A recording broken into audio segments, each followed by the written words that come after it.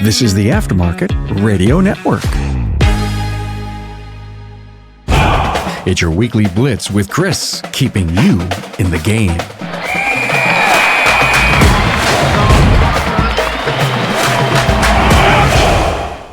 Are you ready to supercharge your auto repair business? This is Coach Chris Cotton from AutoFix-Auto Shop Coaching. The weekly Blitz is where industry expertise and business innovation collide, revving your engines for the week ahead. Every episode has game-changing insights, up-to-the-minute industry updates, and practical tips to shift your business into high gear. We're talking about stuff you didn't even know you didn't know, folks. If you haven't done so yet, please check out all of the other great podcasts on the Aftermarket Radio Network. I want to give a big thanks to Shop Marketing Pros for sponsoring the weekly Blitz. Brian and Kim Walker know the industry inside out as former shop owners. They don't do copy and paste marketing. What they do is they do create unique strategies for each of their auto repair shop clients. They offer incredible marketing that gets results, helping your clients and future employees to know, like, and trust you. I want you to go join their Auto Repair Marketing Mastermind Facebook group today. Shop Marketing Pros is top-tier marketing for top-tier shops. Visit shopmarketingpros.com/Chris. So, hey, everybody, welcome back to another episode of the Weekly Blitz. I'm your host, Chris Cotton, if you didn't already know. And today we're diving into an incredible journey that I'm going to call Project Alpha. This story is about persistence, vision, and knowing your worth and knowing the worth of other things around you. It's about turning a forgotten auto repair shop into something extraordinary. And I think there's some key takeaways here for any business owner, any potential auto repair shop owner, a current operator, or aspiring entrepreneur out there. So I want you to sit back, grab a cup of coffee, and let's get into it. First of all, I found Project Alpha, an auto repair shop that I eventually bought. So yes, I'm back in the game. From the get-go, I knew this place had potential. It was an older shop, stuck in its ways, with outdated processes and no advertising. To put it bluntly, it was a relic from a different time. The owners had had this shop for 39 years, and yet I could see something in it. I saw what it could be, not just what it was. The owner valued the business at $150,000. Doesn't include any real estate, but every time I looked at the numbers, I just couldn't see it. I mean, they're using minimal technology, no inspections, no advertising. They're just coasting and just trying to push through. I think they were coasting more in order to get the shop sold, but it ended up hurting them in the long run. The owner was working in the business every day. He was grinding, but it was the wrong kind of grind. After the first time I evaluated it, we went back and forth.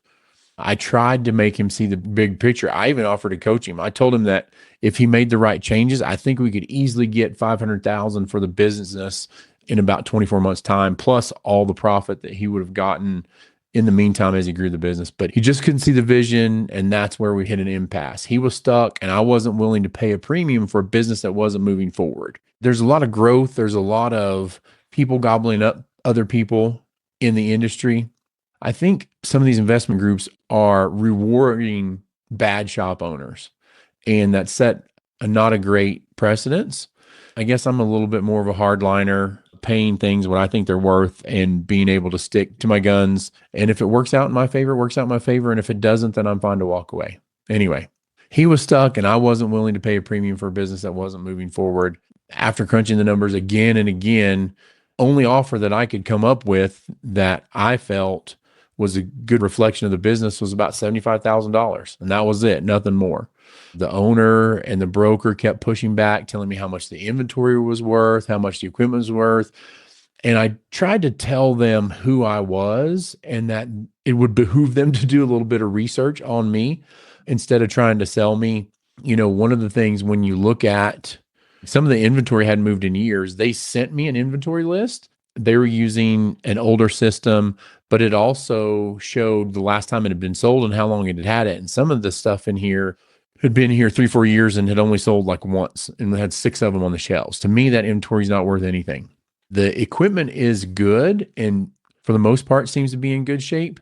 Some of the equipment's outdated. And so to me, it's been depreciated. It has no real value.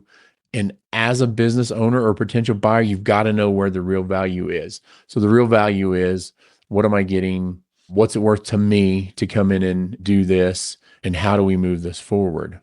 When I first started talking Kimberly about this.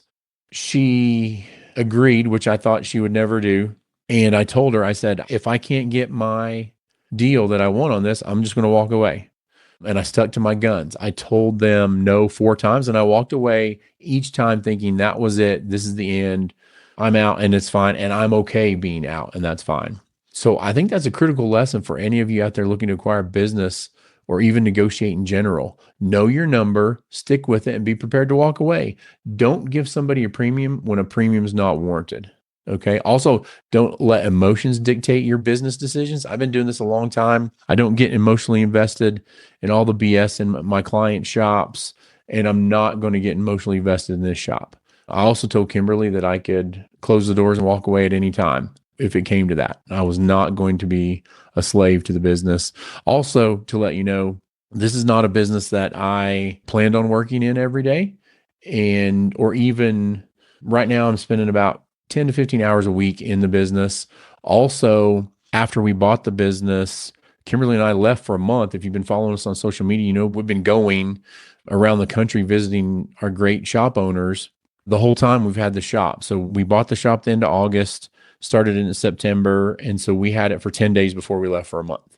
I'm going to talk about the employees here in just a minute. We inherited a great staff. Again, don't let emotions dictate your decisions. You're not buying potential. You're buying what that business actually is at that moment. Don't penalize yourself knowing what you can do with the business. So don't overpay again. So eventually the owner came back and the owner's ready to retire. He's worn out. I get it. Here's the best part. I didn't just get my offer accepted. I got them to agree to owner financing. I could tell he was tired. He wanted out and I was ready to turn it all around. The only other way I could offer them more money was to have them finance it. So he'll get a little bit more money on interest. We did set this business up on a 3-year note. As of today, we're 6-7 weeks into this business and I've been making a monthly note payment every week. Even though we have a 3-year note on it, I'm going to talk about this in later episodes. I implemented my Profit First, my Auto Shop Profits and Cash Flow program. Obviously I'm not taking anything out of it for right now, but yeah, I'm making a monthly payment every week on this. It can happen, guys. There's a way to structure these things so that you can get into a business with little or no money out of pocket and keep going. So once we got the keys to Project Alpha, we threw out dumpsters of trash, old inventory, stuff that everybody thought I was nuts. I gave it to employees. I just didn't want it in the way. I didn't want it cluttering. And when I talk about clutter, people, there was 40 years of stuff accumulated in here. I need to pause though and give a big shout out and thank you to Kimberly. Without her, none of the cleanup would have been possible. None of the rest of it would have been possible. Without Kimberly, nothing that I do would be possible. So thank you to her.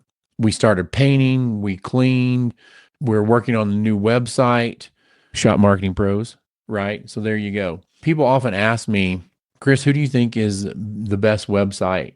And I tell them all the time, if I ever started my own business again, they would be one of the first 3 phone calls I made. And so that was one of the first 3 phone calls I made. And we will be talking about that in the future. So that website's going to be live very soon. But the real magic was in the numbers.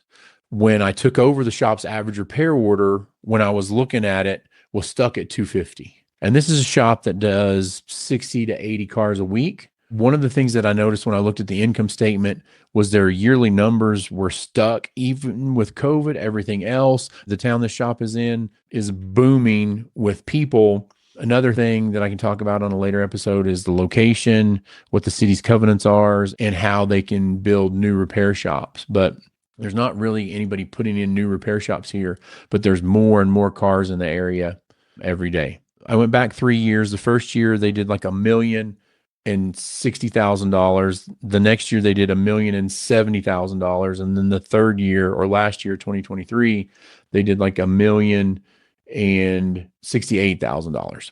But they weren't spending any money on advertising. They weren't doing anything else. And again, that's a great episode for later, just the advertising side of it. We're doing Google AdWords. I think our budget on that's $2,500 a month. We're getting ready to put in Facebook ads. And those Facebook ads are going to be, we're going to spend about $2,500 a month on Facebook ads. And after just our first month, we'd been able to increase that average repair order, keeping about the same car count from 250 to 375. Currently this month, the average repair order is 434 if you take the whole month and squeeze it together. And for this week, we're at 50160, and we're getting ready to set a new weekly record for total sales. This is going to be a big number to hit from now on. I'm happy for the staff to do it. And the crazy thing is we're only just getting started. One of the things, they had no inspection process before, none, zero, zip, zilch. They're selling just by kind of falling into things. There's no structure, no strategy, no process, no procedure. We switched from their older shop management system to another shop management system. And we'll talk about that when we do the technology and everything later. So now we have a digital vehicle inspection system. We are getting consistent. We're making sure every customer gets the best possible care. And that means identifying needs before they become problems. If you've been in the industry for 25, 30, 40 years, this can be done in your shop. It just has to be done the right way. We are seeing about 25% new customers come into the shop. We are getting an influx of new customers, but we are also treating their previous customers much better by being able to look at, inspect, and take care of their vehicles. Here's the thing I didn't realize when I made this deal, and it's really hard to judge people and know what they do, how they can do it, and everything else. The hidden gem in all of this is the staff. I'll be honest. I didn't factor them in as much as I should have, or I didn't really factor them in at all. And probably that's the right decision. But let me tell you, these people are absolutely incredible. The techs, front staff, everyone has been willing to learn and adapt. We did have to hire a manager to come in and replace the owner as the manager, and he's been amazing. We just hired a new service advisor. She's amazing. The techs, the front staff, everyone's been willing to learn and adapt. We started the first day after Labor Day. On that Tuesday, I told them, I said, guys, everybody, this is going to be a shit show. Like, it's going to be crazy. It's going to be different than what we're doing, but we're going to rip the Band-Aid off, and this is how we're going to start, and we're just going to figure it out. And just be patient with me, and we'll get it figured out. So previously, they were writing all their schedule down on paper. We went to all online for shop management system with that. We are completely paperless. Technicians don't get papers, inspections. It's all done on tablets. So that was a big curve. But we did that in one day, and within a week, the staff was resilient enough to turn it around and get it done. And they're really doing well so far. They were, in many ways, the true hidden gem of this whole acquisition. With the right leadership, they're thriving, and they're the backbone of this turnaround so far, is what I think. What's the big takeaway here? Number one, know your numbers. Know how to read an income statement for a repair shop and how to work your way around that. Next, know the value, know the real value, not just what someone says it's worth or what they think it's worth, and don't overpay and don't reward people that don't need to be rewarded. Next, be ready to walk away. And finally, don't underestimate the people that come with a business. They might just be the most valuable asset of all. And I believe that's probably true. They are the most valuable asset of all. So what are we going to do with the shop? First, we're going to take great care of our employees, and we're going to let them take care of our great customers. Next, we're going to implement all the strategies, processes, and procedures into this shop that we coach and teach our AutoFix-Auto shop clients. We're also going to bring in all the technology that we know helps auto repair shop owners. And now we're going to be able to demonstrate that firsthand. Not that we couldn't before. We're going to talk about it here and just keep going. So these, again, are all things that we know that works because we've coached them for years. We've been trying to tell people this. Honestly, if you're not listening to this and implementing some of these things in your shop, I don't know why the hell not. Also, I'm going to brag on us a little bit. We're doing great things with all of our shops all across the United States and Canada. If you're not making our phone ring, if you're not scheduling an appointment, and you're still complaining here at the end of 2024 about why things are not going the way they are, then shame on you for not reaching out. Last but not least, we're going to share all of this with our listeners, with you, our listeners, as we grow. And we're going to use this as a guide on how to acquire, set up, and run your own auto repair business. So we're going to try to take it through the steps. Step one was the acquisition. We did that. We got things turned around. We're in the cleanup stage, and we're moving from there. So stay tuned for more Project Alpha episodes in the coming weeks.